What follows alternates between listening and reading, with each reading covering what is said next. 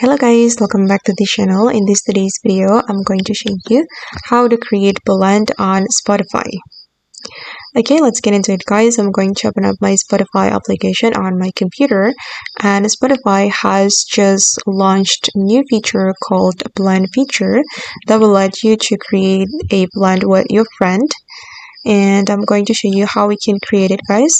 So you just need to click on this plus icon, and then you're going to choose blend, and then you can combine your friends tasted into a playlist. Okay, and this is the note. You may invite up to 10 people, and connected people will see your profile picture and username.